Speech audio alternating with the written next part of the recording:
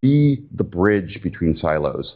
And taking that analogy of an object-oriented enterprise-wide content management system, think of it as a content API, an organizational content API, where we go, okay, keep your invoice data. I just need this, give it to me. I don't care how you do it. So we're wrapping a content model around the whole organizational data set. Now, granted, you have to have a content audit and know what you have that we are wrapping this wrapper around. But that's kind of the theme, I think, for next year's conference, is actually approaching the enterprise as an object and all the silos as sub-objects. How do we span those objects? And really talking to the developers in their terms, talking to management in their terms, and we have to get a lot more savvy about selling our vision, because we know what we want, we know what we need. We just need to get buy-in from the executive level management. So Naz yesterday spoke a little bit about how do you access the people who have the power and purse strings. All right, say we've done that. Now we've got our head count. Now we've done our content engineering. Now we have to get this thing delivered. And that takes leadership. And that takes Joe.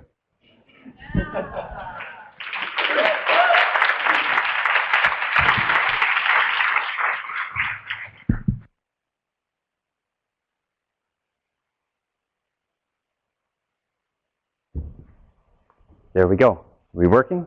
Yeah, good. There we are. There we are. Okay, well, welcome to the virtual track attendees. Welcome to everybody. I too felt the pain of rolling out of bed this morning after last night. It was quite a bit of fun, actually. So in terms of firing up the slides, you've got the, okay. Okay. Yeah. So I really enjoyed Cruz's warm-up. And I almost see that we're coming at the same problem, but probably from the two different directions. You know, it's fascinating to me to hear him speaking basically and zeroing in on basically the same view of things, but from the customer experience management side, whereas I've lived my life typically working inside very large institutions and sort of the internal workings and machinery to try and come out. And it's heartwarming to find that we're actually meeting. It's kind of like when they dug the channel under the English Channel. It was so gratifying that they actually met. Also, last year I got lots of nice feedback on my talk. It was the 10 secrets of success for sort of content initiatives. And the center of the positive feedback was it was so grounded, it was so practical, it was so actionable. And so I basically had that in my mind to start today. But I arrived, and the conference here has had a lot of interesting discussions going on, and not least of which are discussions with Bruce. And we were chatting away, and this has now sent me into my usual big ideas slapping you in the face. So I apologize for that. The phrase I threw into this description was content leadership, which I'm not familiar with it being used very widely. So I'm forever trying to coin phrases that are not in current circulation. And it's a different and a difficult idea. So we're going to do a little bit of a quick run through here. And then right after this, I have an hour-long session for those who are intrigued enough to see me go to the next level. But basically, I'm going to invite you to join me on the journey to try and get a sense of what the dark arts of content leadership might be. I sometimes get teased about mixing metaphors, so we've gone from the heroic Wolverine to Homer. Again, I've worked basically in some of the world's largest institutions and have been at this game for, well over 25 years. And I'm forever running into the fact that most organizations, indeed probably all organizations I deal with, are in some ways like this. That they are fundamentally challenged in dealing with the new technologies, the fact that they are forever standing on a burning platform, as our friends at Nokia described it. There's change in the business world, there are issues, and they fundamentally struggle to basically get the right information to the right people, not only to do their daily business, but to adapt. And this is the problem. So a bit like what Cruz was saying, and I love the phrase, hacking the enterprise. That's going to be a t-shirt, almost for sure. That in some ways, when we think about content, we have the familiar challenges ahead of us.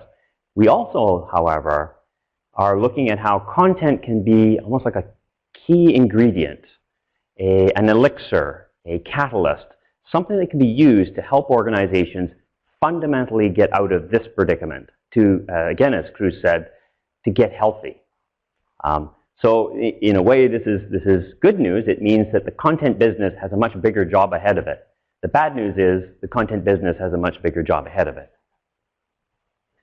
So I will shell back to X-Men. Control. So in these organizations, control is the fashion. This is obvious. You know, you can't manage what you can't measure. You must ultimately have some controls in place. But it's interesting, you know, as I work in these different organizations, to see how they struggle with control and how the outcomes are often ambiguous. We will go into more detail into this later, but it really, really touches on the fact that it's a double-edged sword. And if you start using control as a weapon and not as a tool to help people, it very quickly becomes an end in itself and very quickly leads you off track. An interesting phrase I always run into, and I immediately try to rebut, is information is an asset. And I said, oh, well, you should talk to your legal department. They, by and large, look at information as a liability. Right? And again, working in organizations, both at the macro level, how they speak to the world, I am always shocked and somewhat depressed by the level of spin that is put on everything. Like, nobody can speak the truth, as it were. Everything is spun. It percolates, it sort of permeates into the organization, and even our little projects are sometimes 10 times more expensive than they need to be because everybody has to be so circumspect and careful about how they're interacting with the other political players, the other silos. So this is a problem. Technophilia. Again, organizations exhibit this strange love-hate relationship with technology. And it's not just our content technologies. It's not just content management systems and authoring tools and publishing platforms. It's actually all technology. We typically do this very, very badly. We do not acquire technology well. And as a consequence, what you normally see are the silver bullets being bought. And the reason for that is they're frequently taken as a way to offload responsibility. Oh, we have this product. That problem has an answer sort of taped over it, so we're good. That doesn't work. I was joking with Keith about how people give me a hard time if I don't put an obscure history slide into one of my presentations. So here it is, right in the middle. Basically, where do we look for an answer? And as I would, I find my answer in around 1494, give or take. And I look to the invention and the first documentation in Italy of double entry bookkeeping, the birth of modern accounting, which is quite exciting. But what is exciting, believe it or not, is what you see is an example of one of the early ledgers. What is interesting about that? What would get Joe so very excited about a 500-year-old accounting ledger? It's the words. The way they did double entry bookkeeping back in the day is that you had entries where you had a full description. You actually had a textual explanation for what the entry was about. Then you had the numbers. You basically had the transactions registered. It meant that you had an integrated view or integrated content. So compared to accounting today, where you're forever being called up by accounting going, what's this? What's that? Why is this? Or dealing with exceptions. The old-fashioned accounting was profoundly transparent. I'm not sure Enron would have survived with this being in place. So that's why I say, it's the content. So who are you going to call? It's like Ghostbusters. Who are you going to call? Of course, Professor X. Which as I grow older, I'm feeling uncomfortably similar.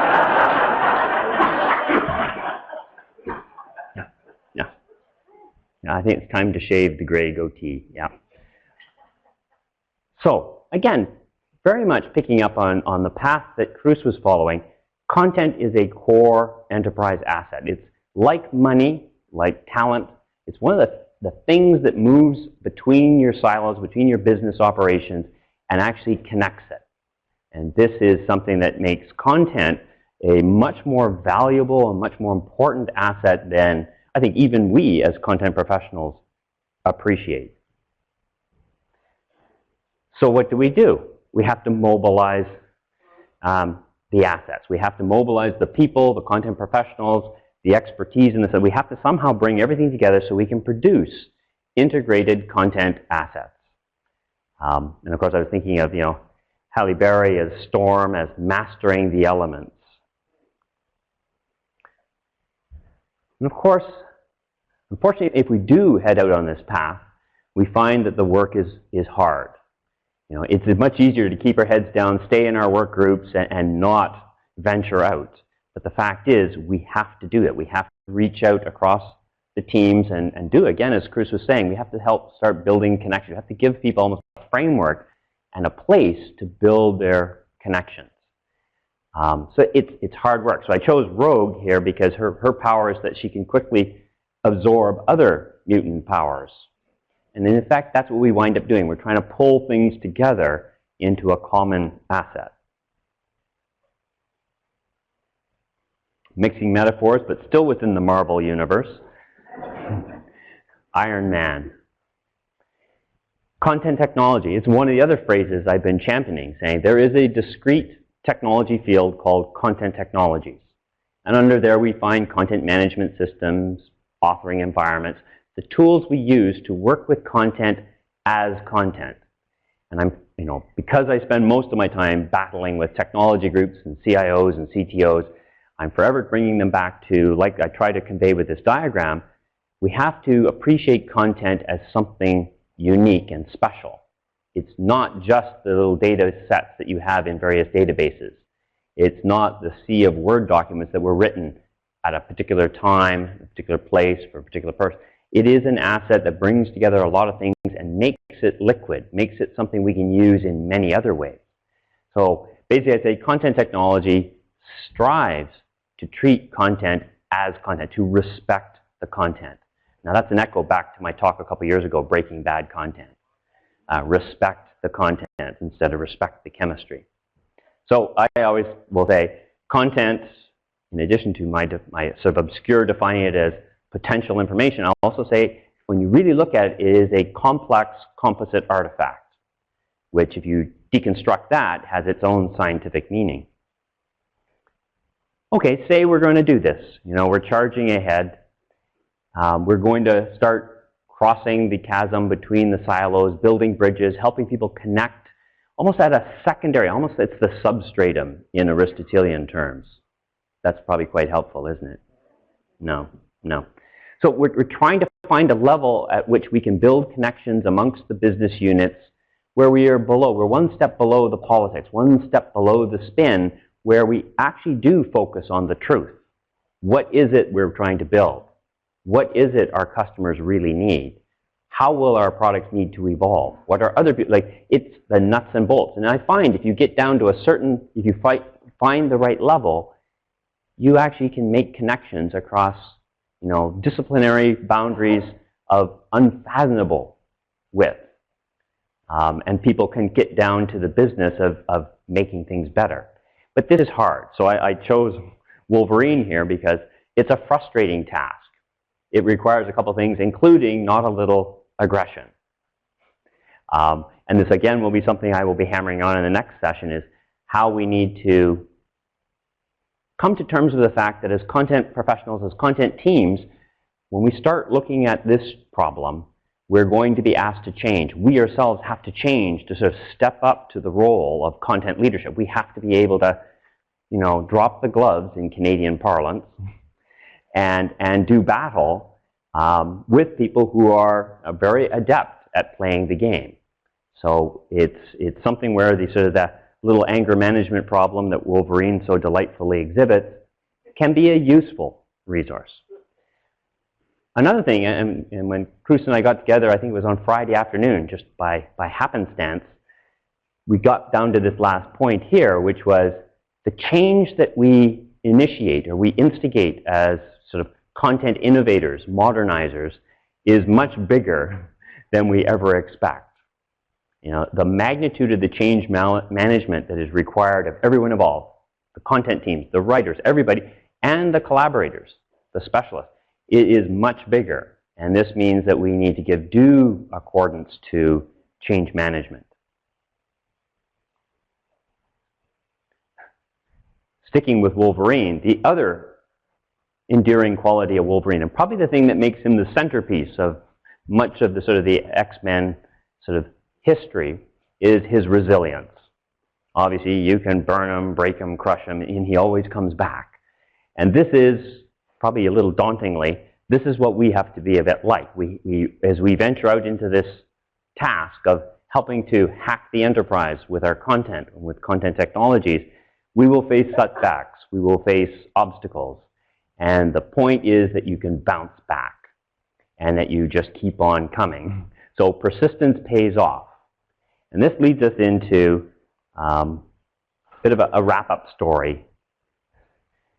Maybe because my slides are often a little ugly, Jack sometimes, and earlier this week, said, you could just turn off the slides and tell stories. So in a way, that's what I'm going to do at this instant. It's basically how I came to learn the essence of the word leadership. So we have lots of leadership camps and courses and whatnot. Very rarely do I hear them actually come at okay, well, what exactly is leadership? Well, I'll tell you the story of how I came to learn that lesson. It was so basically there was a staff sergeant in the US Army in the artillery, ugly. In fact, this is Sergeant Barnes from the movie Platoon, and this particular sergeant with whom I was dealing made Sergeant Barnes look like a cupcake. So we're talking grizzled and hardened.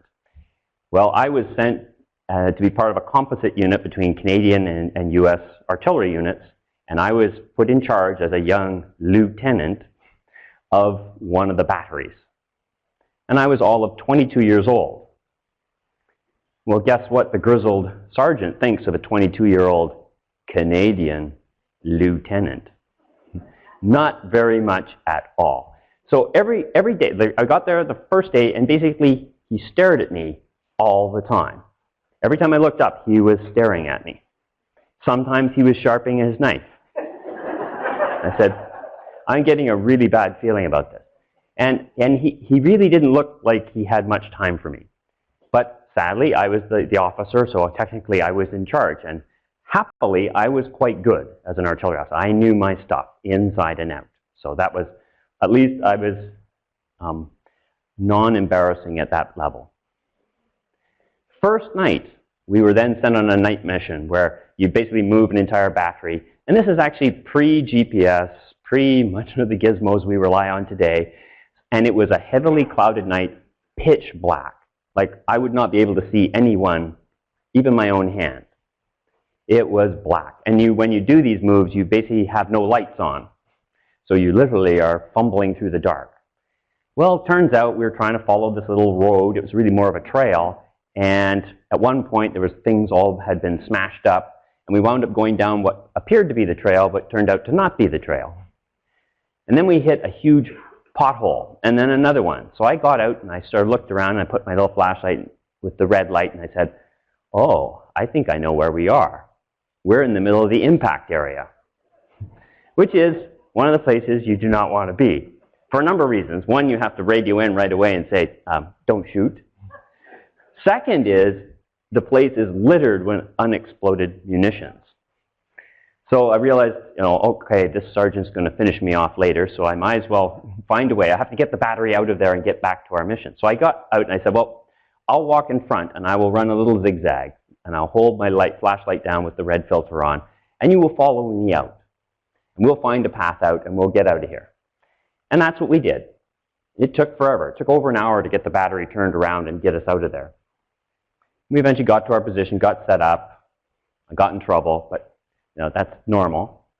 The next day, we had our orders group, where I brought the sergeant and all the gun detachment commanders together, and we were going through tonight's night mission. And at the end, I sort of went, I'll try not to get us lost this time. And he was still staring at me. He was still staring at me. And then he said, "Don't worry, sir. We will follow you." And it took me about 20 years to figure out what the heck. It was shocking. It was very surprising. You know, he had come around. And basically, years later, I realized what he saw and what I actually didn't appreciate at the time was I had put myself at risk as the human minesweeper. So, and the area that we happened to be in was known as a favorite target for what's firing white phosphorus rounds, which is about the worst way to go. If you're going to go, you do not want to get roasted by white phosphorus. So I'm out. So it was because I was an idiot, basically, that he decided I was worth following. But what that really means is I put the mission, the objective, that we had to get our battery to a particular location at a particular time ahead of myself, and I put the safety of the entire battery and all the people in it ahead of myself. And to this grizzled sergeant, it meant, and because I was reasonably competent, he said, "Okay, you've passed the test."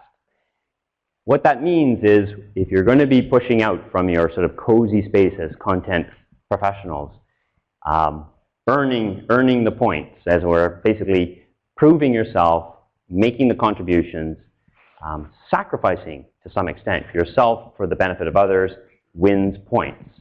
And as you're building connections, it's sort of the most, along with the content, it's one of the things that's most enduring. And that is all.